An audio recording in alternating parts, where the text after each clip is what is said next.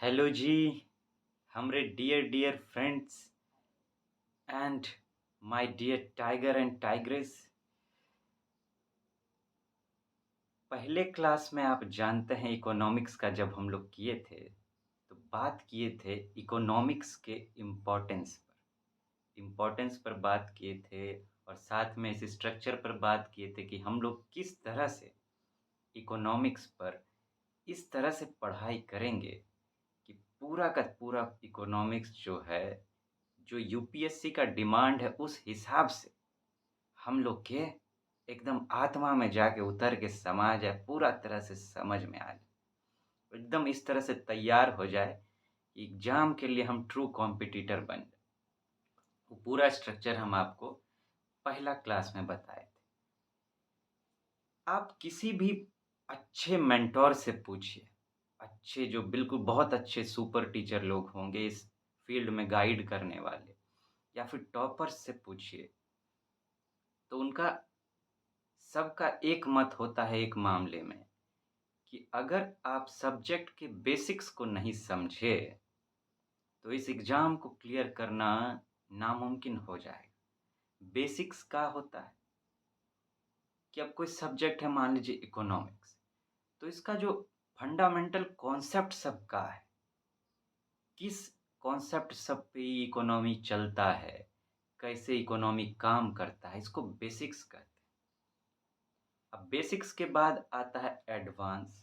Advance का क्या बात है, तो बेसिक्स का हुआ इसके फंडा, जो भी कॉन्सेप्ट, मान लीजिए जो भी चैप्टर आपका आ रहा है इकोनॉमिक्स में, सिलेबस में जो भी चैप्टर आ रहा है, उसको एकदम बेसिक तौर पर ग्राउंड रियलिटी के आधार पर कैसे वो काम करता है, कॉमन लैंग्वेज में समझ जाना, इसको बेसिक्स कहेंगे। और एडवांस का है, एडवांस उसी सब्जेक्ट को कुछ स्पेशल नोट में देखना, जो कि अब बुक्स में आप कहते हैं लिखा हुआ है, एडवांस बुक सब पढ़ना पड़ता है इसके लिए, तो कुछ एडवांस नोट में उसको देखना कि इकोनॉमिक्स का जो लैंग्वेज है, रियल लैंग्वेज, उसमें उसको देखना, उसको कहते हैं एडवांस। एक हुआ कॉमन लैंग्वेज में समझना, जो भी सब्जेक्ट हो उसको बेसिक्स कहेंगे। ऐसी समझ को अब इकोनॉमी के टर्म में समझना, उसको इकोनॉमिक्स का एडवांस कहेंगे। ऐसा ही सब सब्जेक्ट में करना पड़ता है। तो ये दोनों जब तक मिलेगा नहीं, पहले है बेसिक्स, इसको आप समझे नहीं तो एडवांस नहीं समझ पाएंगे। ये दोनों को जब आप मिलाएंगे तब होगा असली पढ़ाई। आज तब होगा असली पढ़ाई आज जब इसको आप अप्लाई कर पाएंगे। अप्लाई कर पाएंगे कहाँ? क्वेश्चन सॉल्व करने में। क्वेश्चन सॉल्व करने में कि मान लीजिए कुछ दिया हुआ है, आपको समझ में डायरेक्ट नहीं आ रहा है, तो जो समझ आप डेवलप किए हैं, जो आप नोट तैयार किए हैं, उसमें से डायरेक्ट नहीं, लेकिन समझ आप इस तरह से गए हैं कि इनडायरेक्टली आप वहाँ तक उस स्किल से पहुँच पा रहे हैं कि क्वेश्चन सॉल्व हो रहा है। क्वेश्चन सॉल्व नहीं हो पाए तो पढ़ना बेकार है कि नहीं? मेन तो वही है कि क्वेश्चन सॉल्व होना चाहिए। तो तीनों जब मिलेगा, बेसिक्स, एडवांस और प्लस वो स्किल जिससे आप क्वेश्चन सॉल्व कर सकें, ये तीनों जब मिलेगा तब होगा आपका असल पढ़ाई। असल तब जाके पूरा होगा। तो हम लोग पूरे सब्जेक्ट को उसी तौर पर देखेंगे, एक एक चीज पकड़ कर। वो हम बोले थे ऐसा करना है। तो पहला क्लास में हम स्ट्रक्चर देख लिए थे हम लोग कि एक एक स्टेप हम आपको बताए थे, 4-5 स्टेप में जाकर कि कैसे करके हम लोग को पढ़ना है, जिसमें से पहला स्टेप का था, हम बोले थे कि सब्जेक्ट का सिलेबस। हम कहे थे कि हम लोग इस तरह से देखेंगे कि एक चैप्टर का पहले सिलेबस देखेंगे, जो यूपीएससी तो बहुत कम दिया है, उसको असल तौर पर पता चलता है जब आप प्रीवियस ईयर क्वेश्चन सब देखिएगा वहाँ से। तो वहाँ से पकड़ना, उस सिलेबस को देखेंगे। अब फिर दूसरा पार्ट होगा कि उसका क्वेश्चन कैसा पूछ रहा है यूपीएससी। क्वेश्चन देखेंगे तब ना उस हिसाब से तैयारी करेंगे, नहीं तो भटक जाएंगे। ऐसा पता चला सब कुछ लपेटने में लग गए, लेकिन एक डायरेक्शन तो होना चाहिए, रास्ता पता होना चाहिए। तो आज इस क्लास में हम लोग, उसके बाद आगे और भी चीज़ था जो हम बताए थे, आज इस क्लास में हम लोग शुरुआत का जो पहला चैप्टर होगा उसका सिलेबस देखेंगे और साथ में देखेंगे कि उस चैप्टर से किस टाइप का क्वेश्चन यूपीएससी पूछता आया है। ठीक, जब क्लास का बात आएगा, नॉलेज का बात आएगा, सब्जेक्टिव बात आएगा, तो देखिए यूपीएससी का आदत है कि इनडायरेक्ट क्वेश्चन बहुत पूछता है। उस कॉन्सेप्ट पर लेकर इनडायरेक्ट क्वेश्चन बहुत पूछता है। तो यहाँ जो हम लोग करेंगे वो डायरेक्ट होगा। डायरेक्ट बात जो क्वेश्चन उस पर आया रहेगा नॉलेज के बेस पर, वो सब क्वेश्चन देखेंगे। इनडायरेक्टली जो अलग अलग तरह से यूपीएससी पूछता रहता है उसको हम लोग स्किल डेवलपमेंट वाले क्लास में देखेंगे, क्योंकि वो यहाँ फिट नहीं बैठेगा। लेकिन जो इसका जो कॉन्सेप्ट होगा उसके बिना आप उसको सॉल्व नहीं कर पाएंगे। तो दोनों बात है, यूपीएससी इस दो तरीके से क्वेश्चन पूछता है, डायरेक्ट और इनडायरेक्ट, दोनों पूछता है। तो आइए पहला चैप्टर देखें कि क्या है, उसका सिलेबस क्या है, उसको देखते हैं।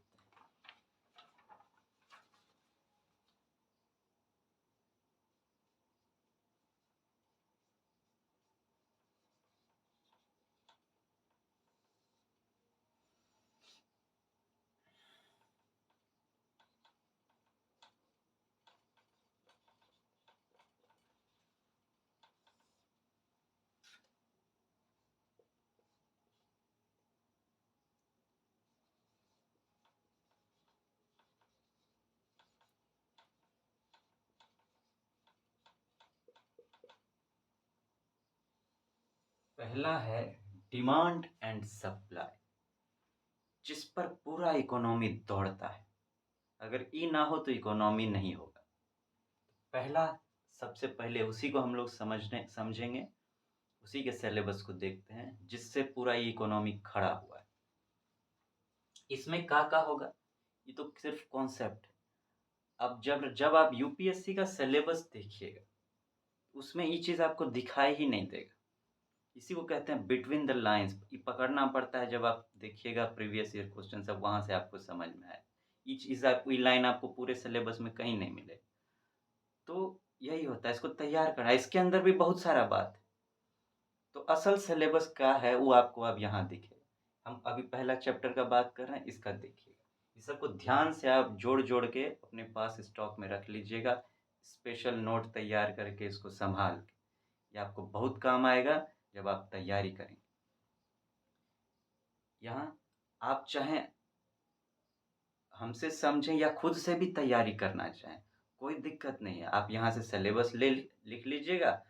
खुद को आपको तैयारी करना हो तो कोई प्रॉब्लम नहीं, आप खुद से भी तैयार कर सकते हैं। हमको इसी में खुशी मिलेगा कि हम आपका, चलिए कम से कम इतना तो मदद कर पाए कि सही सिलेबस आपको बता दिए। जैसा आपको सुविधा हो वैसे कीजिए। आइए अब जरा सिलेबस देखें। कॉन्सेप्ट और इसका डिमांड एंड सप्लाई, इसके कॉन्सेप्ट को, इसके अंतर्गत क्या क्या है। इसके अंतर्गत है, पहला देखिए, इसमें आएगा what is demand.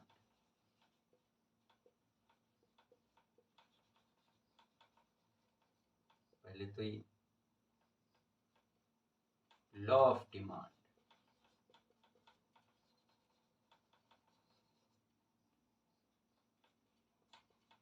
Price elasticity of demand,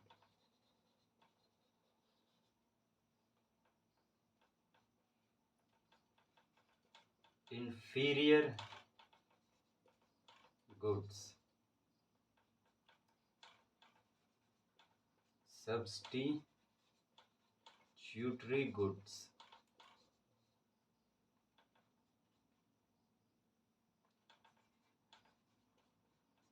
complementary goods। ये डिमांड के अंतर्गत ये है। अब इधर लिखते हैं आगे का, what is supply.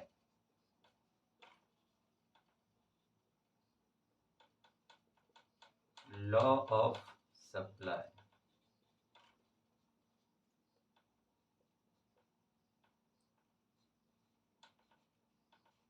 Price elasticity of supply, ये इसका पूरा सिलेबस है। एक सिर्फ कॉन्सेप्ट है, नाम उसके अंदर आपको इतना चीज देखना है। अंत में cycle of demand and supply, इस दोनों का जो साइकिल है उसको साथ में फिर देखना है। तो आप देख लीजिए, इसको लिख लीजिए, ठीक है। ये पहला बात हो।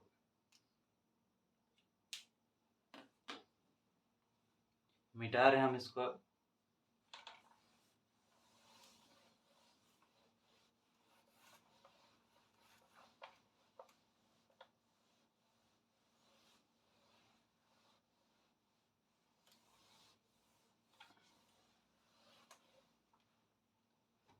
अब इस पर हम लोग देखते हैं कि किस तरह का यूपीएससी क्वेश्चन पूछता रहा है। ये कॉन्सेप्ट जो खास करके है, ये एक बेसिक कॉन्सेप्ट है, बिल्कुल बेसिक, जिससे सब कुछ मतलब इकोनॉमिक्स का चलता है, सब कुछ चलता है। तो इस पर डायरेक्ट क्वेश्चन बनाना मुश्किल होता है। लेकिन जितने भी क्वेश्चन बनते हैं इकोनॉमिक्स में, उस सब का कहीं ना कहीं टच जो है वो यहीं से मिलता है। लेकिन फिर भी एक आध बार ऐसा हुआ है कि यूपीएससी इस पर डायरेक्ट क्वेश्चन भी पूछा। इनडायरेक्ट तो बहुत पूछा है। जब दूसरा आप बनाइएगा तो हम आपको वहाँ पर जब क्वेश्चन सब हम लोग सॉल्व करेंगे आगे जाके स्किल वाले में, उसमें हम आपको लिंक करके दिखाएंगे।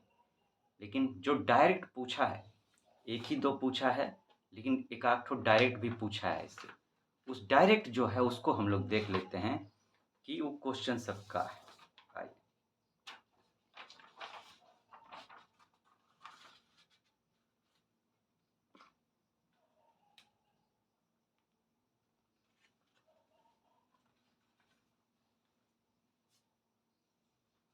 Question 1, consider the following statements.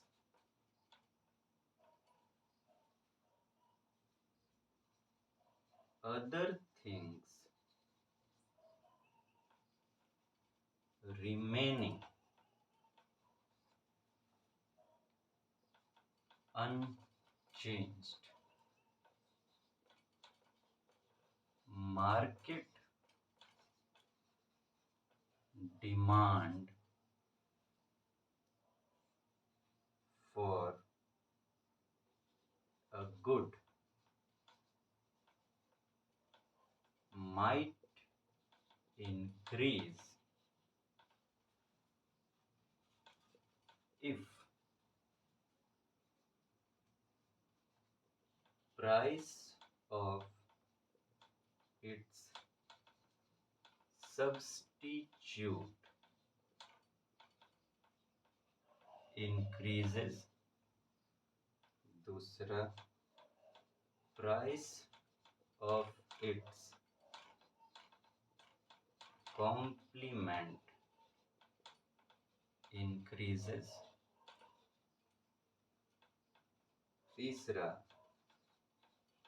the good is an inferior good and income of the consumers increases. चौथा, its price falls. Which of the above statements are correct? A, 1 and 4 only, B 2, 3 and 4, C 1, 3 and 4, या D 1, 2 and 3। एक ये question है जो इस concept पर direct UPSC पूछा है, इसको देख लीजिए। अब हम दूसरा क्वेश्चन लिखने जा रहे हैं। जब इस चैप्टर को हम लोग पूरा पढ़ लेंगे, फिर वापस से इस क्वेश्चन पे आएंगे, इस सब जो हम अभी लिख रहे हैं, और इसको सॉल्व करेंगे। देखेंगे कि जो हम लोग समझे हैं, पढ़े हैं, उसके बिना पर इसको सॉल्व कर सकते हैं कि नहीं, तभी तो असल टेस्ट होगा ना। हाँ, अभी बस आपको देखना है, इसको सॉल्व करेंगे हम लोग बाद। मिटा रहे हैं हम।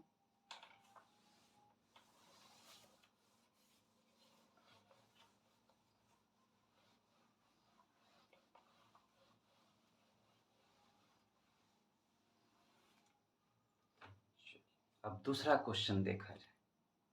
2 ठो क्वेश्चन इस पर डायरेक्ट आ चुका है।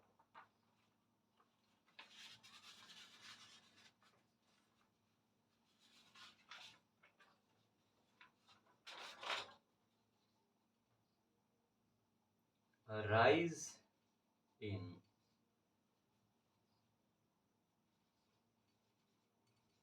general level of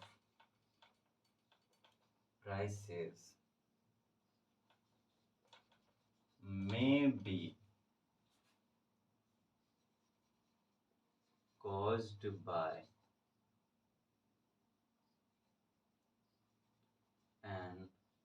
an increase in the money supply, दूसरा a decrease in the aggregate level of output, तीसरा an increase in the effective demand। Select the correct answer using the codes given below। A 1 only, B 1 and 2 only, C 2 and 3 only, या D 1, 2 and 3। देखिए, ये दूसरा question है। ये 2 question direct UPSC पूछी हुई है concept of demand and supply. Indirect इस पर बहुत क्वेश्चन बनता है, बहुत पूछ चुके हैं। आपको पूछेगी डिमांड पुल इन्फ्लेशन क्या होता है, कॉस्ट पुश इन्फ्लेशन क्या, तो लेकिन साथ में इन्फ्लेशन जुड़ जाता है। लेकिन जब तक आप डिमांड के कॉन्सेप्ट को नहीं समझेंगे तो डिमांड पुल इन्फ्लेशन नहीं समझ सकते। तो अब लेकिन इसको सॉल्व करने के लिए डिमांड और इन्फ्लेशन दोनों का होना जरूरी है। तो इस तरह से इनडायरेक्ट पूछती है यूपीएससी बहुत सारा, क्योंकि बेसिक कॉन्सेप्ट है, इसके बिना दूसरा चैप्टर होगा ही नहीं, कुछ बनेगा ही नहीं, इसके बिना काम ही नहीं चल सकता है। लेकिन ये 2 डायरेक्ट क्वेश्चन पूछे। तो जब इस चैप्टर को हम लोग पढ़ेंगे, ठीक, इसी तरह से आपको सही प्रोसेस से जाना है। पहले आप सिलेबस देखिए, फिर किस तरह का क्वेश्चन यूपीएससी उस पर पूछ चुकी है। क्योंकि अभी जो ये सिलेबस हम लोग कर रहे हैं, इकोनॉमिक्स के प्रीलिम्स पार्ट का कर रहे हैं, फिर मेंस पार्ट का भी अलग से बाद में देखेंगे। क्योंकि इकोनॉमिक्स एक ऐसा सब्जेक्ट है जिसमें यूपीएससी के क्वेश्चन को फॉर्म करने का थोड़ा कॉन्सेप्ट अलग है। उस प्रीलिम्स के लिए आपको बहुत कुछ अलग में ऐसा जो मतलब मेंस में पूछा ही नहीं जाता है, इस तरह से। लेकिन मेंस जब आप समझेंगे, बाद में जब पूरा इकोनॉमिक्स समझ, लेकिन मेंस को इस तरह से आपको देखना पड़ता है, समझना पड़ता है, जो आपका मदद करता है प्रीलिम्स के क्वेश्चन को भी सॉल्व करने में। तो मेंस का जो वहाँ पे होगा बात सब, वो आपको यहाँ भी मदद करेगा, ठीक? लेकिन कुछ इसमें ज़रूरी है कि अलग से भी देखा जाए। प्रीलिम्स के लिए कुछ स्पेसिफ़िक भी इसमें है। तो जो स्पेसिफ़िक है प्रीलिम्स का, पहले उसको हम लोग देख लेंगे। फिर ओवरऑल दोनों का कंबाइन करके जो मेंस का स्पेशल सिलेबस तैयार होता है, उसको देखेंगे। उस समय हम लोग मेंस का क्वेश्चन करेंगे। उसके हिसाब से उस समय उसको देखेंगे। ये जब कर लिए, फिर क्वेश्चन बनता है कि नहीं उसको ट्राई करेंगे, तब असल टेस्ट होगा कि हम लोग सीखे हैं कि नहीं। और उसके बाद इस पर प्रैक्टिस होगा आगे जाके। स्किल डेवलपमेंट वाले जो हम लोग क्लास करेंगे, उसमें तो बहुत सारा क्वेश्चंस का प्रैक्टिस होगा। खूब प्रैक्टिस करेंगे, देखेंगे अलग-अलग किस तरह से सॉल्व किया जाता है। यहाँ तो नॉलेज के आधार पर सॉल्व करेंगे।